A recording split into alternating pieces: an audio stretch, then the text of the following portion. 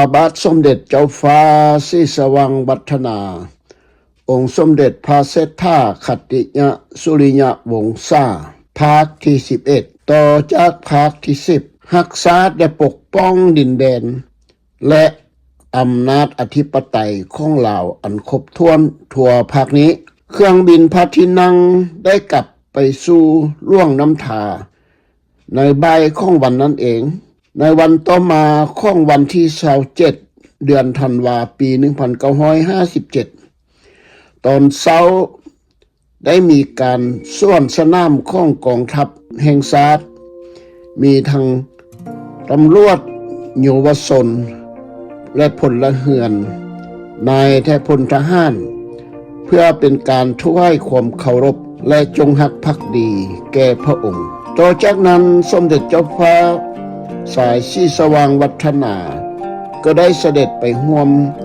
เป็นประธานในพิธีรับน้ำใหญ่ซึ่งได้จัดขึ้นที่วัดหลวงค่อนพิธีนี้มีราษฎรทุกชนชั้น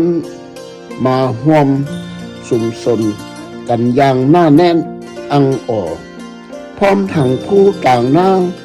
สนในเผ่าต่างๆในคงเขตนั้นมันเป็นพิธีที่ใหญ่โตมโหฬารประชาชนทั้งหลายจนมากมายกายกอง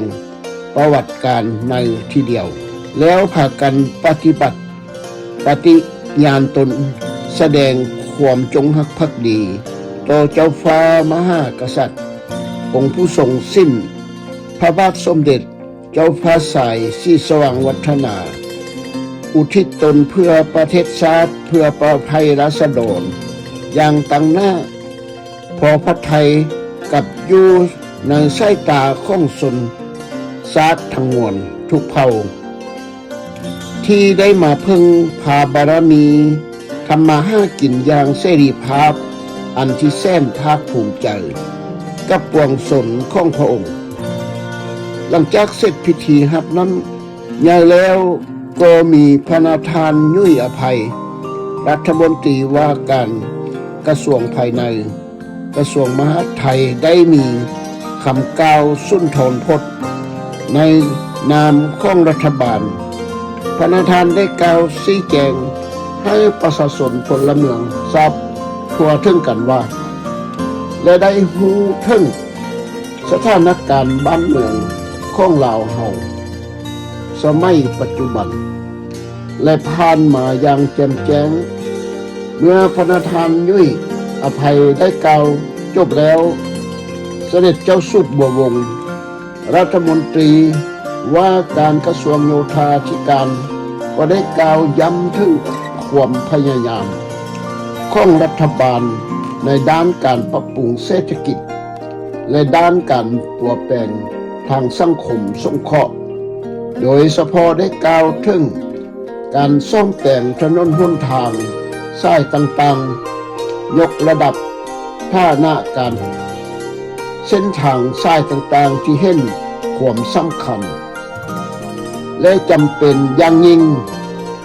จำเป็นที่สุดสำหรับการขนส่งสินค้าออกสู่ท้องตลาดทางคมนาคมทางบกนี้และการไปมาหาสู่กัน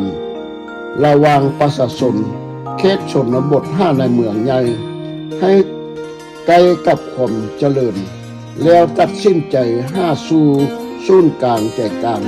การบริหารของรัฐบาลและพระองค์มีความเป็นห่วงเป็นใยในการพัฒนานี้ให้กว้างขวางการสร้างทางถนนสายใหญ่ภายในแขวงต่อแขวงจากในทางภาคเหนือสู่ภาคใต้ให้ทั่วถึงประชาชนและการติดต่อข้อความช่วยเหลือจากรัฐบาลขั้นแข้งและรัฐบาลกลางแห่งชาติได้รับความสะดวกสบายยิ่งขึ้นไปเป็นก้าวพระองค์สมเด็จเจ้าฟ้าสายศรีสว่างวัฒนาองค์มกุฎราชกุมารได้มีญากับประชาชนดาวภัยรัษฎรทรงหน้ากับบรรดาข้าราชการฝ่ายการบริหารและการเมืองซึ่งให้เข้าเจ้า ได้ฮู้เห็นกับความเป็นจริงในโลกเสรีปัจจุบันจะดีกว่าคำโฆษณาสิ่งที่บ่มีความจริงลอกลวงของพวกคอมมิวนิสต์ห้าว่าพวกรัฐบาลราชอาณาจักรลาวเป็นหัวเมืองขึ้นกับการเป็นลูกแล่งตีนมือให้จักรพรรดิอเมริกาลาวเฮาเป็นประเทศเอกราชแล้วมีเขตน้ำแดนดินอันครบถ้วนแล้วและบ่ได้ขึ้นแก่กับประเทศได้ประเทศหนึ่งข้อย่าเชื่อคำโฆษณานั้นเลยพระนาธานยุ่ยอภัยได้กล่าวย้ำอีกเพิ่มเติมตอนบ่ายของวันนั้นสมเด็จองค์มกุฎราชกุมารเจ้าฟ้าสายสีสว่างวัฒนาได้เสด็จไปยังเมืองซิ่ง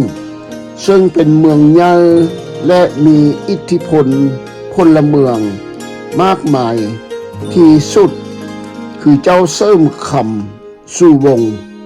ในแขวงหัวข้องณที่นี้พระองค์ได้รับการต้อนรับอย่างอบอุ่นหน้าแน่นฟ้าฟังคังจิตหนึ่งใจเดียวและ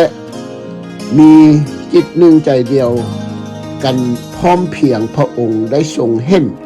ด้วยพระองค์เองกับตาว่าราษฎรในคงเขตนี้ได้ทำการต่อสู้ด้วยความพิลาอาถรรพ์กล้าหาญและจงหักภักดีต่อพระมหากษัตริย์ลาวแห่งล้านช้างห่มข้าวบ่ว่าแต่ในอดีตผ่านมาและถึงปัจจุบันพวกเขาได้ทำการต่อสู้กับศัตรูอย่างองอาจกล้าหาญสมกับเป็นเสือเจ้าจอมมารดาภาคนี้เพื่อรักษาไว้ซึ่งอิสรภาพและเสรีภาพเพื่อเกียรติศักดิ์ศรีของชาติไทยลาวเป็นสำคัญยิ่งใหญ่โดยบ่ได้เห็นแก่ความยากลำบากแต่ประการได้ทั้งปวงเลยพระองค์ได้เสด็จกับล่วงน้ำทาในแหล่งของวันนั้นเองวันต่อมาเป็นวันที่28พระองค์ได้เสด็จออกจากเมืองล่วงน้ำทาเว5มุ่งหน้าสู่เมืองไสในเวลา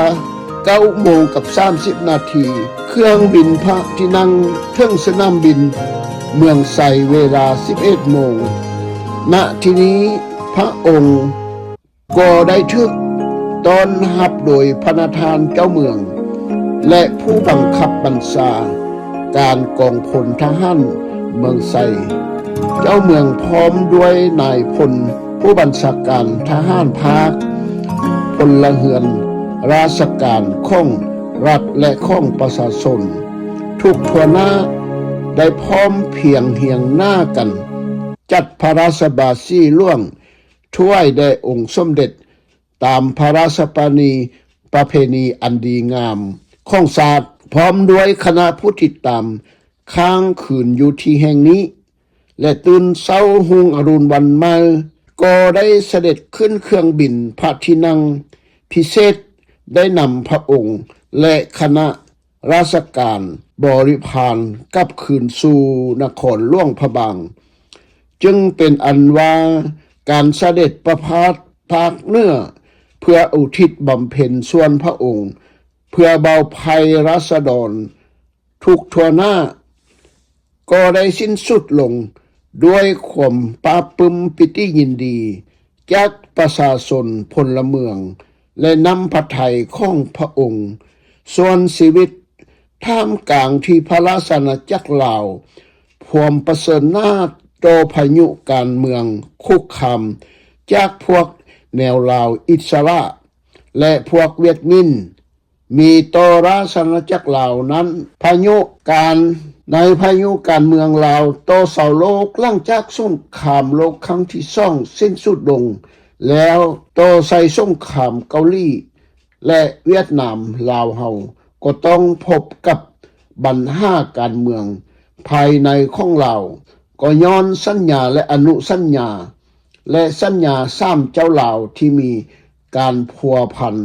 เกี่ยวกับกันถือแนวคิดอุดมการณ์แตกต่างกัน แต่บ่ถือเอาเสรีภาพเสียงประชาธิปไตยส่วนหลาย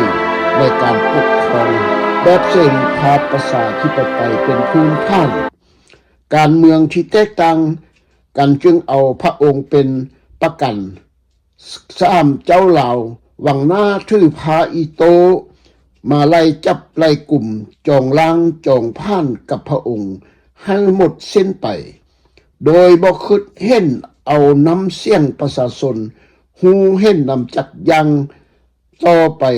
พวกเขาจะเอายั่งกับพระองค์ยั่งจะมีต่ออีกบ่เลิกบ่แล้วย้อนว่าเจ้าสุวรรณภูมาไปกับฝรั่งเจ้าสุภานุวงศ์ไปกับแก้วเวียดมิ้นส่วนพระองค์ก็เห็นดีกับเสด็จเจ้าบุญอุ้มณจำปาสักเพราะมักเสรีภาพประชาธิปไตยอย่างแท้จริงลอกลวงของพวกคอมมิวนิสต์ห้าว่าพวกรัฐบาลราชอาณาจักรลาวเป็นหัวเมืองขึ้นกับการเป็นลูกแล่งตีนมือให้จักรพรรดิอเมริกาลาวเฮาเป็นประเทศเอกราชแล้วมีเขตน้ำแดนดินอันครบถ้วนแล้วและบ่ได้ขึ้นแก่กับประเทศได้ประเทศหนึ่งข้อย่าเชื่อคำโฆษณานั้นเลยพระนาธานยุ่ยอภัยได้กล่าวย้ำอีกเพิ่มเติมตอนบ่ายของวันนั้นสมเด็จองค์มกุฎราชกุมารเจ้าฟ้าสายศรีสว่างวัฒนาได้เสด็จไปยังเมืองซิ่งซึ่งเป็นเมืองใหญ่และมีอิทธิพลพลเมืองมากมายที่สุดคือเจ้าเสริมคำสู่วงศ์ในแขวงหัวข้องณที่นี้พระองค์ได้รับการต้อนรับอย่างอบอุ่นหน้าแน่นฝ้าฟังคังจิตหนึ่งใจเดียวและมีจิตหนึ่งใจเดียวกันพร้อมเพียงพระองค์ได้ทรงเห็นด้วยพระองค์เองกับตาว่าราษฎรในคงเขตนี้ได้ทำการต่อสู้ด้วยความพิลาอาถรรพ์กล้าหาญและจงหักภักดีต่อพระมหากษัตริย์ลาวแห่งล้านช้างห่มข้าวบ่ว่าแต่ในอดีตผ่านมาและถึงปัจจุบันพวกเขาได้ทำการต่อสู้กับศัตรูอย่างองอาจกล้าหาญสมกับเป็นเสือเจ้าจอมมารดาภาคนี้เพื่อรักษาไว้ซึ่งอิสรภาพและเสรีภาพเพื่อเกียรติศักดิ์ศรีของชาติไอลาวเป็นสำคัญยิ่งใหญ่โดยบ่ได้เห็นแก่ความยากลำบากแก่ประการใดๆทั้งปวงเลยพระองค์ได้เสด็จกับล่วงน้ำทาในแหล่งของวันนั้นเองวันต่อมาเป็นวันที่28พระองค์ได้เสด็จออกจากเมืองล่วงน้ำทาเว5มุ่งหน้าสู่เมืองไสในเวลา9:30 นาทีเครื่องบินพระที่นั่งถึงสนามบินเมืองไสเวลา 11 โมงณที่นี้พระองค์ก็ได้ทึกต้อนรับโดยพระนาธานเจ้าเมืองและผู้บังคับบัญชาการกองพลทหารเมืองไสเจ้าเมืองพร้อมด้วยนายพลผู้บัญชาการทหารภาคพลเรือนราชการของรัฐและของประชาชนทุกทั่วหน้าได้พร้อมเพียงเฮียงหน้ากันจัดพระราชบาชีร่วมถ้วยแด่องค์สมเด็จตามพระราชประเพณีอันดีงามของชาติพระองค์พร้อมด้วยคณะผู้ติดตามค้างคืนอยู่ที่แห่งนี้และตื่นเช้าหุงอรุณวันมาก็ได้เสด็จขึ้นเครื่องบินพระที่นั่งพิเศษได้นำพระองค์และคณะราชการบริพารกลับคืนสู่นครหลวงพระบางจึงเป็นอันว่าการเสด็จประพาสภาคเหนือเพื่ออุทิศบำเพ็ญส่วนพระองค์เพื่อเบาภัยราษฎรทุกทั่วหน้าก็ได้สิ้นสุดลง ด้วยความปราบปลื้มปิติยินดีจากประชาชนพลเมืองและนำพระทัยของพระองค์ส่วนชีวิตท่ามกลางที่พระราชอาณาจักรลาวความประเสริฐหน้าต่อพายุการเมืองคุกคามจากพวกแนวลาวอิสระและพวกเวียดมินมีต่อราชอาณาจักรลาวนั้นพายุการเมืองลาวต่อเสาโลกหลังจากสงครามโลกครั้งที่สองสิ้นสุดลงแล้วต่อใส่สงครามเกาหลีและเวียดนามลาวเฮาก็ต้องพบกับปัญหาการเมืองภายในของลาวก็ย้อนสัญญาและอนุสัญญาและสัญญา3เจ้าลาวที่มีการพัวพันเกี่ยวกับกันถือแนวคิดอุดมการณ์แตกต่างกันแต่บ่ถือเอาเสรีภาพเสียงประชาธิปไตยส่วนหลาย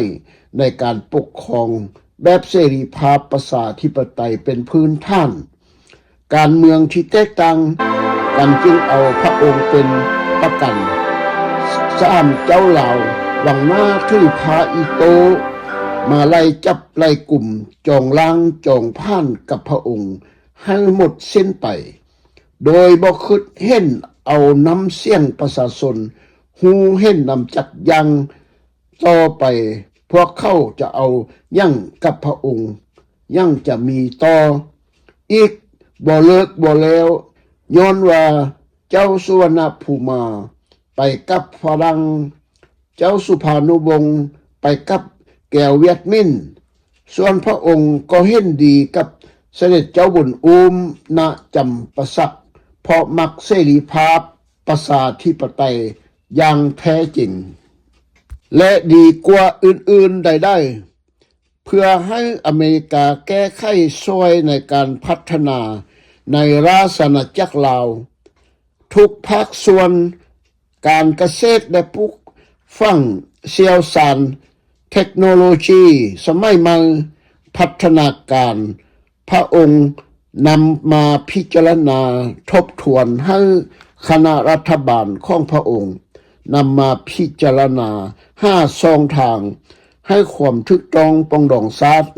ในขั้นต่อไปเฮ็ดให้ลาวได้มีสันติภาพอันแท้จริงแต่ก็ต้องให้ฝ่ายแนวลาวอิสระ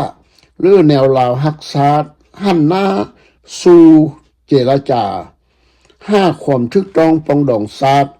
กับบงชาคณะญาติแห่งชาติอนาคตภายข้างหน้า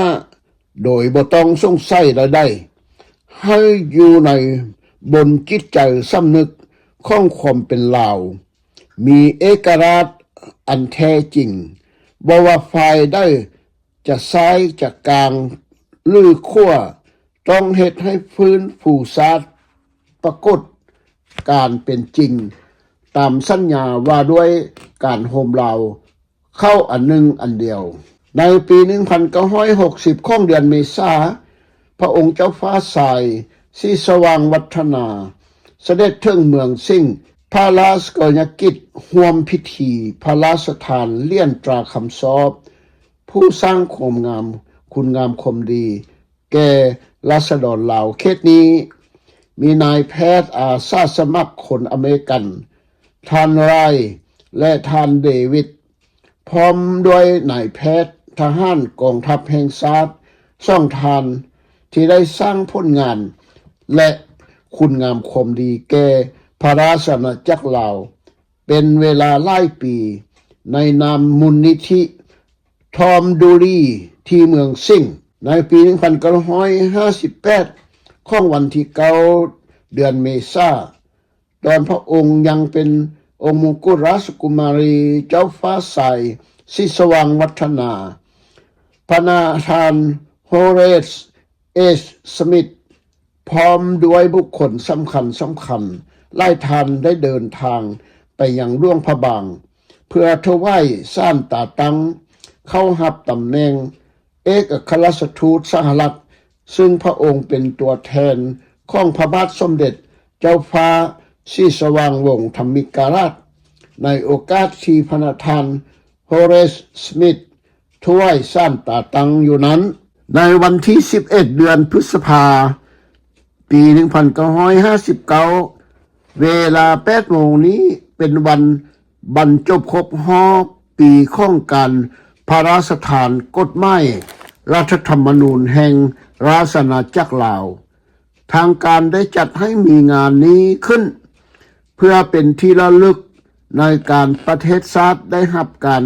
ปกครองแบบมีเสรีภาพประชาธิปไตยมีพระมหากษัตริย์เป็นประมุขอยู่ภายใต้กฎหมายรัฐธรรมนูญมาเป็นเวลาหลายปีแล้ว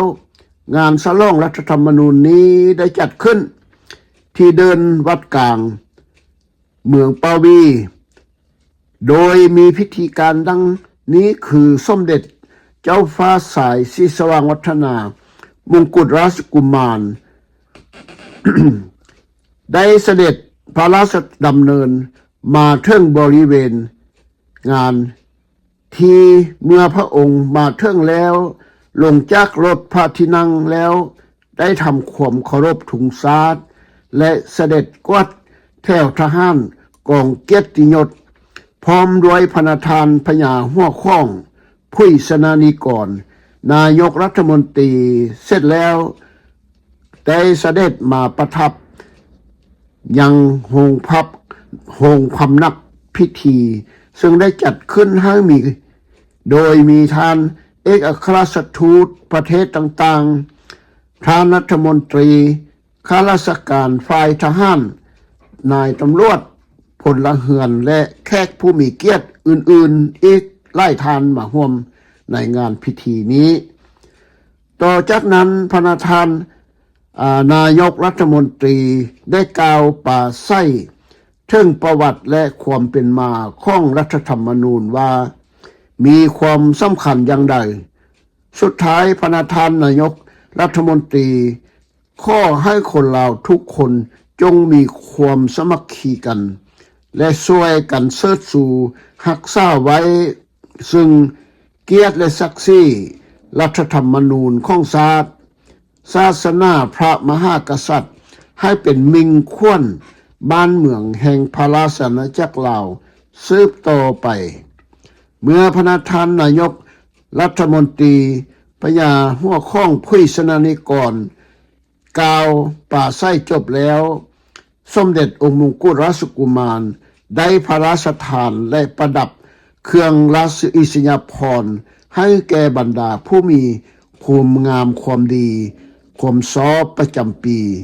มีทั้งนายและพลทหารนายและพลตำรวจฝ่ายพลเรือนเมื่อเสร็จสิ้นจากพิธีพระราชทานเครื่องอิสริยาภรณ์แล้วก็ได้มีการส่วนสนามประกอบด้วยขบวนกองทหารกองตำรวจและเยาวชนทั้งชายและหญิงน้อยใหญ่นักเรียนอาชีวศึกษาต่างๆพอเสร็จสิ้นลงจากการส่วนสนามแล้วก็มีการแข่งกีฬาข้องกองทัพบกขึ้นที่สนามกีฬาเทศบาลอันเป็นว่างานฉลองรัฐธรรมนูญดังกล่าวเป็นสิ่งที่พระองค์พอพระทัยเป็นอันมากนอกจากนี้แล้วทั่วทุกแขวงแห่งได้บ่ว่าใต้กลางและเหนือก็ได้พากันเฉลิมฉลองโดยการนำพาข้องบรรดาเจ้าแขวงและนายพลผู้บัญชาการภาคพาประชาชนเผ่าภัยรัษฎรทุกภาคส่วนที่เกี่ยวข้องจากเผ่าต่างๆเข้ามาร่วมอย่างมากมายเป็นขบวนเลยทีเดียวในวันที่25เดือนมีนาปี1959พระนาธานราเซระปราศาสประธานาธิบดีแห่งสาธารณรัฐอินเดียได้เดินทางมายังนครกรุงเวียงจันทร์ในนามผู้ต่างหน้าและเป็นรัฐบาลของประเทศสาธารณรัฐอินเดียอีกส่วนหนึ่งรูปภาพได้แสดงให้เห็นอยู่นี้แม้นคณะรัฐบาลในการเป็นประมุขขององค์สมเด็จเจ้าฟ้าสายศรีสว่างวัฒนา ได้ขึ้นของราชสมบัติแต่บ่ได้ขึ้นเสวยราชแต่ปี1959 1975มีนายกรัฐมนตรีทั้งหมด8ท่านการเมืองและการปกครองได้พบแต่ความสับสนวุ่นวายภายในย้อนราชวงศ์วังหน้าและกลุ่มการเมืองได้เข้าสู่สงครามกับประเทศเพื่อนบ้านต้านกับลัทธินิยมแตกต่างกันโศกชะตากรรมที่ห้ายแห่งที่สุดพ้นสะท้อนจากสัญญาอยู่ในลาวบ่าวภัยรัษฎรแตกแยก5ที่ซน3ห่มโพซี่มีทั้งความจิบห้ายตายกันหลายล้านคันว่าพลิกแผ่นดินปีนแผ่นฟ้าไปหน้าให้เบิงลั่งประเทศเพื่อนบ้านต้านกับลัทธินิยมแตกต่างกันโศกชะตากรรมที่ให้แห่งที่สุดพ้นสะท้อนจากสัญญาอยู่ในลาวบ่าวภัยราษฎรแตกพากัน5ที่ชน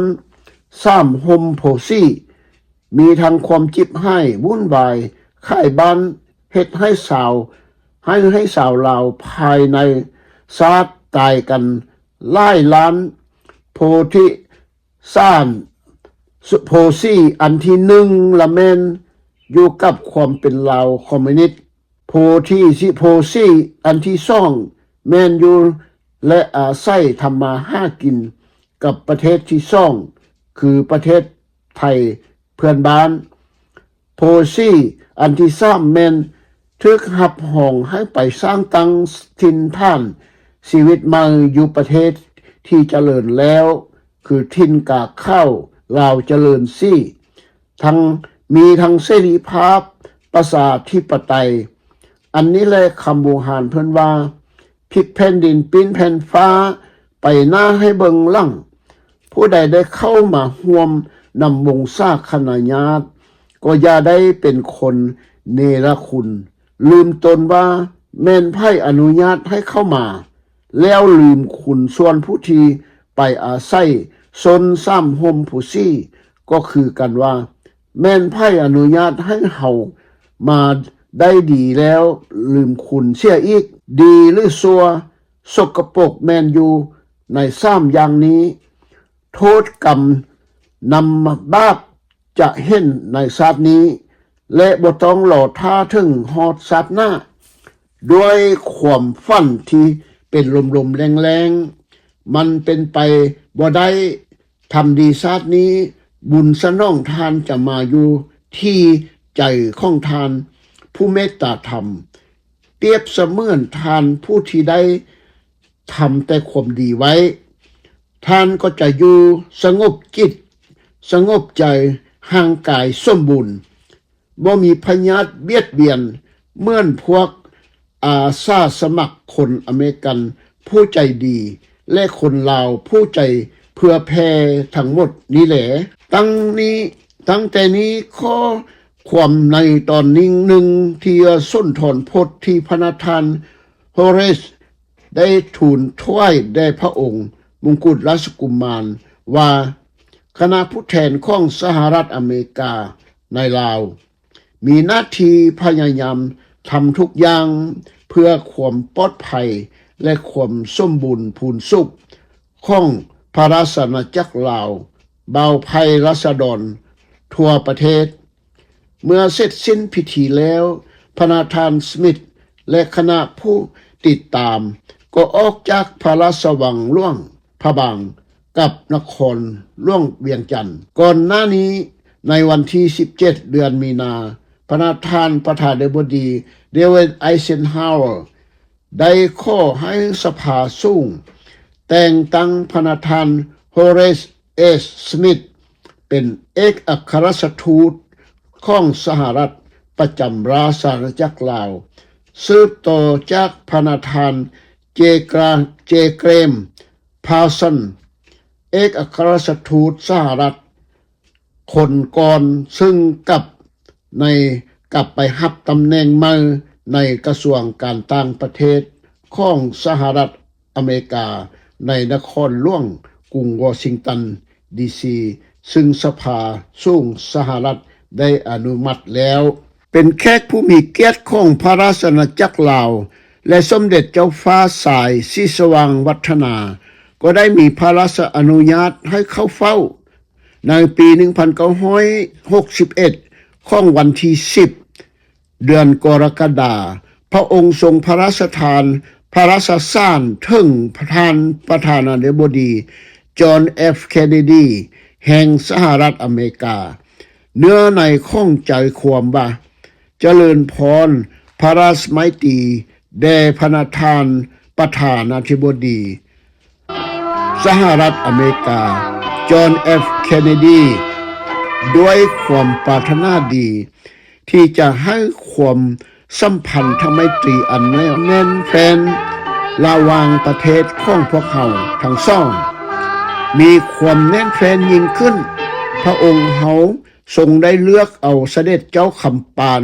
ปัญญามาดำรงตำแหน่งเป็นเอกอัครราชทูตวิสามันผู้มีอำนาจเต็ม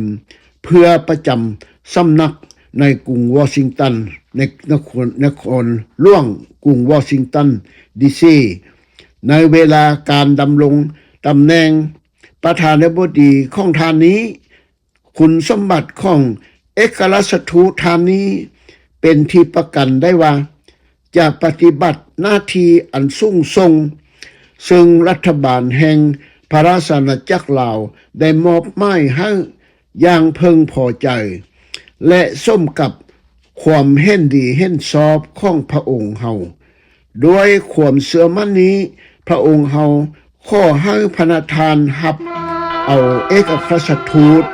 ท่านนี้ด้วยความเมตตาดังพระประธานได้เคยกรุณามาแล้วขอให้พระประธานรับฟังทุกเวียกงานราชการที่พระประธานเอกอัครราชทูตท่านนี้เสนอหรือกราบเหียนโดยเฉพาะการร่วมมือสร้างพัฒนาประเทศระหว่างประเทศเฮาทั้งสองให้มีสัมพันธ์ทำให้ตีอันดีงามตลอดไปพระองค์เฮาขออวยใส่ให้พระประธานได้รับความเจริญอีกทั้งข้อให้พระประธานไว้วางใจไม่ติจิตมิตรภาพซึ่งเฮาได้มีแด่พระประธานเป็นนิจการเทินลงพระนามสมเด็จเจ้าฟ้าศรีสว่างวัฒนาองค์สมเด็จพระเศรษฐาคัตติยะสุริยะวงศาอีกตอนหนึ่งพระองค์ทรงพระราชทานตาตั้งให้พระประธานแก้ววิภากรไปดำรงตำแหน่งเป็นเอกอัครราชทูตวิสามันที่มีอำนาจเต็มประจำกรุงมะนิลาประเทศสาธารณรัฐฟิลิปปินส์พระองค์ได้ทรงพระราชทานพรแด่พระประธานว่าดังนี้พระองค์เฮาขอให้พระประธานมีกำลังกายกำลังใจกำลังวาจาและกำลังสติปัญญาเพื่อปฏิบัติภารกิจหน้าที่ให้สำเร็จพ้นอายุวันโนสุขังพลังแล้วก็ทรงตักเตือนสั่งสอนเป็นภาษาเป็นเวลายาวนานถึงครึ่งชั่วโมงอยู่ในพระราชโอวาทของพระองค์มียาใจความว่าพญาได้รับราชการแผ่นดินมาในประเทศและต่างประเทศมาได้30 ปีแล้วคงรู้จักว่าเวียกบ้านการเมืองโดยเฉพาะการทูตรู้จักระเบียบวินัยและหน้าที่คุณสมบัติกิจการต่างๆแล้วพระองค์เฮาข้อตักเตือนแต่บางสิ่งบางอย่างที่เห็นว่าคงจะเหมาะสมและสำคัญควรเอาใจจิตใส่ใจไว้นั้นก็คือก่อนอื่นหมดแม้นรัฐธรรมนูญซึ่งแม้นกฎหมายสูงสุดที่ควรคุมและคุ้มครองสถาบันทุกๆสถาบันตั้งแต่พระมหากษัตริย์สภาที่ปรึกษาและสภาผู้แทนราษฎรศาลสถิตยุติธรรมตลอดทั้งระเบียบกฎหมายทุกชนิดพระองค์เฮาคือพวกเฮาดีใจและมีเกียรติที่บ้านเมือง มีคือมีแปรมีระเบียบและกฎหมายบ่ต่ำต้อยน้อยหน้ากว่าประเทศใดๆให้ต่างประเทศรับรู้และรับทราบไว้ รัฐธรรมนูญนั้นบ่แม่นพระบาทสมเด็จเจ้าฟ้าสายสีสว่างวงศ์ทรงพระราชทานให้โดยลำพัง แต่มีสภาห้างรัฐธรรมนูญอันประกอบด้วยสมาชิกสภาผู้แทนราษฎรทุกๆแขวงพร้อมเพียงกันห่างเสนอและลงมติรับรองด้วยเสียงส่วนหลายแบบให้มีเสรีภาพประชาธิปไตยรับรองแล้วเอาเสียงส่วนหลายเป็นหลักค้ำประกันพระองค์จึงได้ลงพระนามพระปามาภิไธยทรงพระราชทานให้ด้วยตามความมุ่งมา่ปรารถนาของประชาราษฎรลาวทั้งชาติทั่วประเทศเอกภาพอันนี้จึงแม่นเหมาะสมกับประเทศที่เป็นเอกราชที่มีระเบียบระบอบการปกครองประชาธิปไตยเหมือนกับบรรดาประเทศที่เจริญแล้วทั้งหลายเทื่อมีความเข้าใจผิดตีความหมายผิดแต่เมื่อได้มีการปรึกษาหารือกันแล้วผลสุดท้ายทุกฝ่ายก็ได้มายอมรับยอมเคารพและปฏิบัติตามอย่างถูกต้องและในเมื่อได้มีการรัฐประหารเกิดขึ้นหลายเทื่อและเมื่อมีการปั่นป่วนเกิดขึ้นครั้งใดได้มีคนมาเสนอมากราบมาร้องสักส่วนให้พระองค์